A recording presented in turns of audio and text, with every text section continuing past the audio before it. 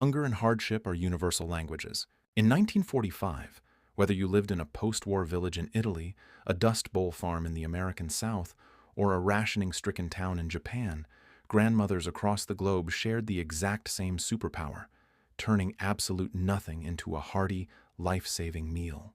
When the world broke down, women who had never thought of themselves as cooks became alchemists. They stretched, they foraged, and they invented. And here is what nobody talks about. The meals those grandmothers cooked were miracles of human endurance. Number 14 on this list fed entire generations on pennies. Number 7 contains a protein profile that kept factory workers standing through grueling 12-hour shifts. These 25 meals did not disappear because they were bad. They disappeared because modern convenience culture ate your grandmother's recipe box alive. Before we start, hit subscribe, because what you are about to remember might send you straight to your kitchen. Let's count down the 25 forgotten poverty meals from around the world that our grandparents swore by. Number 25. Ribollita Pancotto, Italy. In Tuscany, bread was sacred and stale bread was never thrown away. Ribollita means reboiled, and it was by design and definition leftovers. Day-old minestrone, thick with cannellini beans, cavolo nero, and rock-hard stale bread, was reheated the following day until the bread dissolved fully into the broth, thickening it to a porridge consistency. It was the meal that said, "I have almost nothing left in the cupboard, and I am still going to eat well tonight." Finished with raw olive oil and cracked black pepper, Italian grandmothers understood instinctively that the soup made on Thursday was good, but the same soup on Friday after a night in the pot was better. Number 24. Okonomiyaki, Japan. In the devastating aftermath of World War II, rice was impossibly scarce in Japan. Starving citizens in Osaka and Hiroshima turned to American relief flour.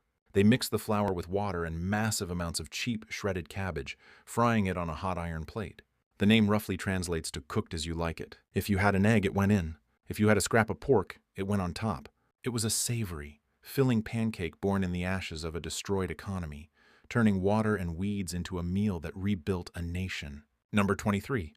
Oatmeal meatloaf, USA. Here is where the Great Depression kitchen showed its genius. A pound of ground beef alone could not feed an American family of 6, but a pound of ground beef mixed with a full cup of dry oats, 1 egg, a grated onion, and milk could. The oats swelled as they cooked, absorbing the meat juices and creating a texture that was dense, moist, and satisfying in a way that pure beef loaf never managed. It sliced clean, wasted nothing, and kept working families alive when meat was a luxury. Number 22. Migas, Mexico. When corn tortillas sat on the counter for 3 days and turned stiff as cardboard, Mexican grandmothers saw breakfast. The stale tortillas were torn into pieces and fried hard in a dry skillet with a spoonful of lard until they were crispy and golden. Then, eggs were scrambled directly into the pan, along with whatever scraps of chili, onion, or tomato were left from the day before. The fried tortillas absorbed the egg and salsa, softening just enough to be chewy. It was the ultimate zero-waste meal, turning yesterday's trash into today's feast. Number 21. Soupe à l'oignon, France. Before French onion soup became a $20 appetizer in fancy bistros, it was the soup of the desperate French peasant. Onions grew anywhere and cost next to nothing. Sliced thin and caramelized slowly over a fire until they broke down into a dark, sweet jam, they were submerged in whatever cheap bone broth was available. Poured over the hardened heels of stale bread, it provided intense, sweet, savory calories to farmers coming in from the freezing rain. It was survival in a bowl. Number 20. Arancini, Italy. This Sicilian dish was born entirely from the refusal to waste. Leftover risotto, cold and stiff from the fridge, was stuffed with a tiny spoonful of Sunday ragu, a cube of mozzarella, and a few peas. Then it was rolled in breadcrumbs and fried until the outside shattered and the inside went molten and golden. Italian grandmothers stored their risotto for 12 hours, then fried it to order, stretching yesterday's rice into today's coveted treat. Number 19. Tomato gravy and biscuits, USA. When there were no meat drippings and no sausage, poor men in the American South made tomato gravy. A can of stewed tomatoes, poured into a skillet with a little flour, and whatever bacon grease was left in the pan, was stirred until it thickened into a rust-colored gravy that smelled like summer gardens. Ladled over cheap lard biscuits, this was supper 4 nights a week across Mississippi, Alabama, and Georgia. Number 18. Champ, Ireland. During times of famine and deep poverty, the Irish relied entirely on the potato. Champ was how a mother made a plain potato feel like a meal.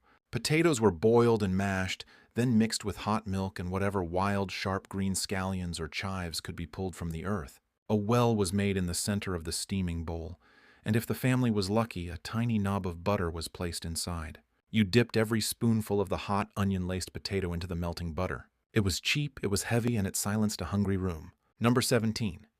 Budae jjigae, Army Stew, South Korea. Following the Korean War, the country was starving.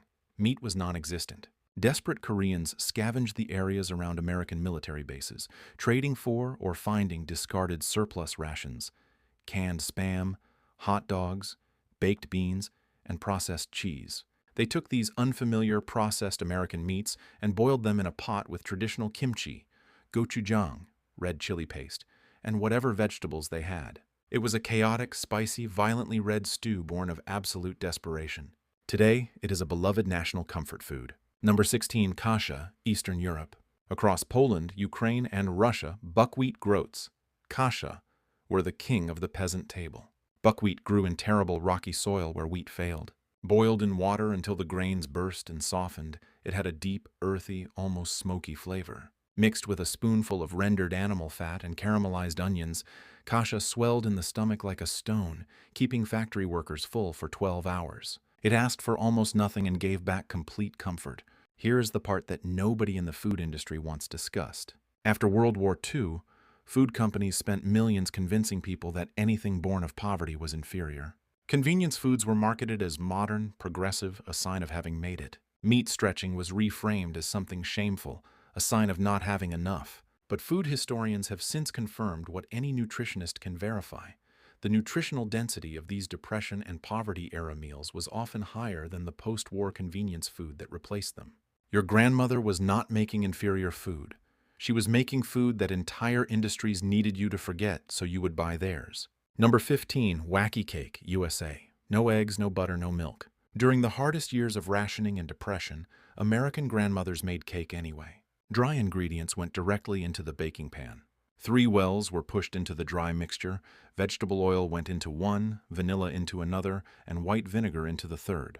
Cold water was poured over everything. The vinegar and baking soda reacted like a chemistry experiment, providing lift where eggs would normally do the work. The result was a moist, deeply chocolate cake that tasted indistinguishable from anything made the conventional way. Number 14. Polenta with scraps, Italy. This was a peasant breakfast in northern Italy long before it arrived in American immigrant households. Coarse polenta was cooked for 45 minutes of constant stirring over a fire, then poured into a shallow wooden board. Whatever scraps a family had, a fried egg, a crumble of raw milk gorgonzola, or a tiny scrap of pork fat, were scattered over the top. The family ate directly from the board.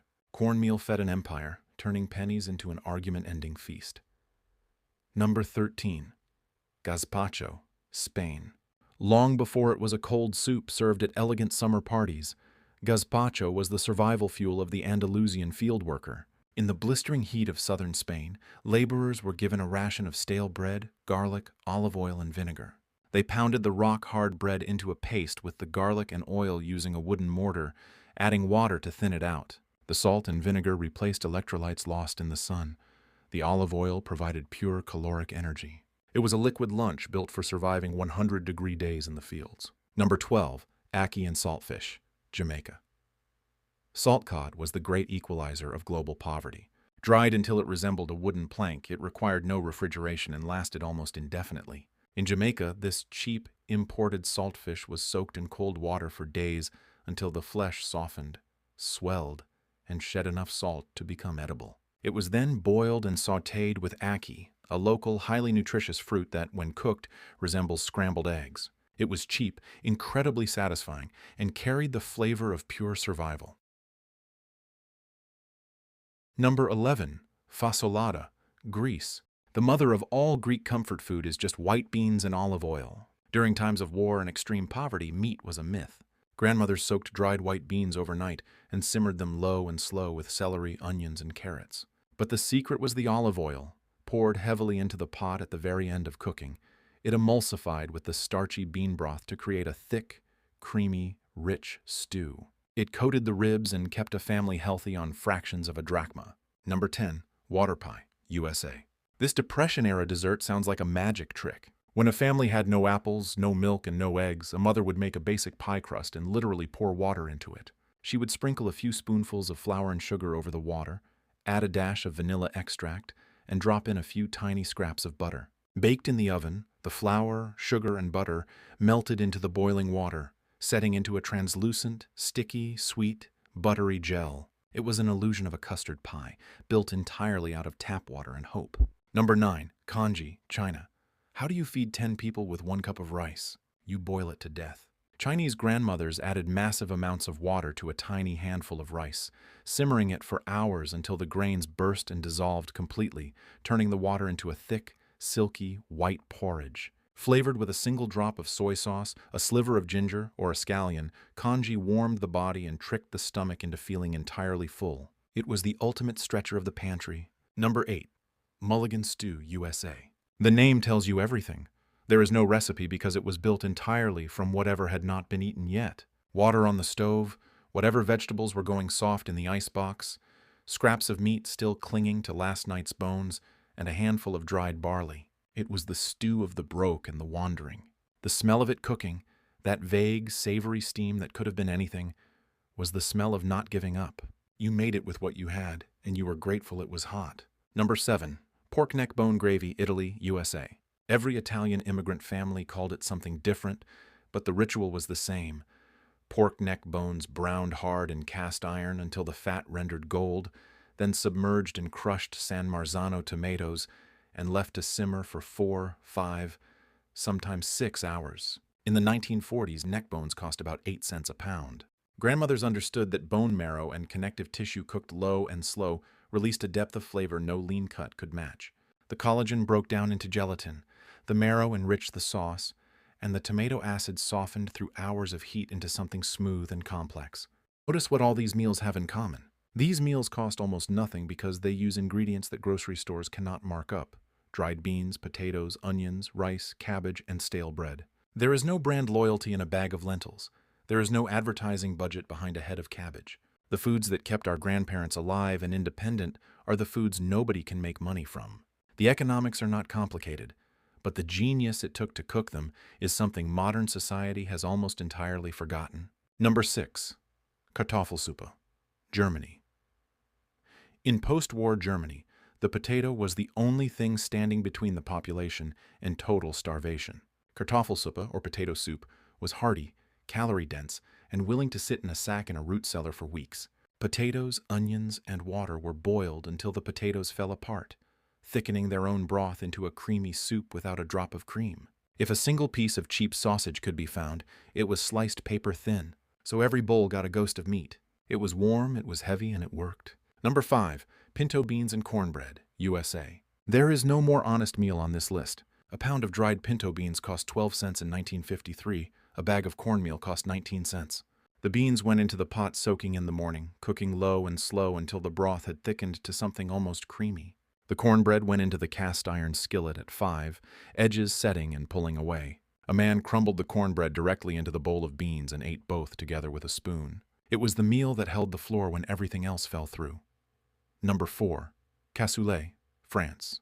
Before it was a show-stopping dish in Parisian culinary schools, cassoulet was the way French peasants in Languedoc hid their cheapest ingredients. A massive clay pot was filled with cheap white beans, the tough, inedible skin of a pig, and the preserved, fatty scraps of a duck or goose. Baked slowly in a hearth oven all day, the heavy fats melted down into the beans, forming a dark, crackling crust on top. The crust was broken and stirred back in repeatedly. It was rustic, heavy, and engineered purely to keep a farmer plowing until sunset. Number 3. Woolton Pie, UK. Named after the British Minister of Food during WO2 rationing, this pie contained absolutely no meat.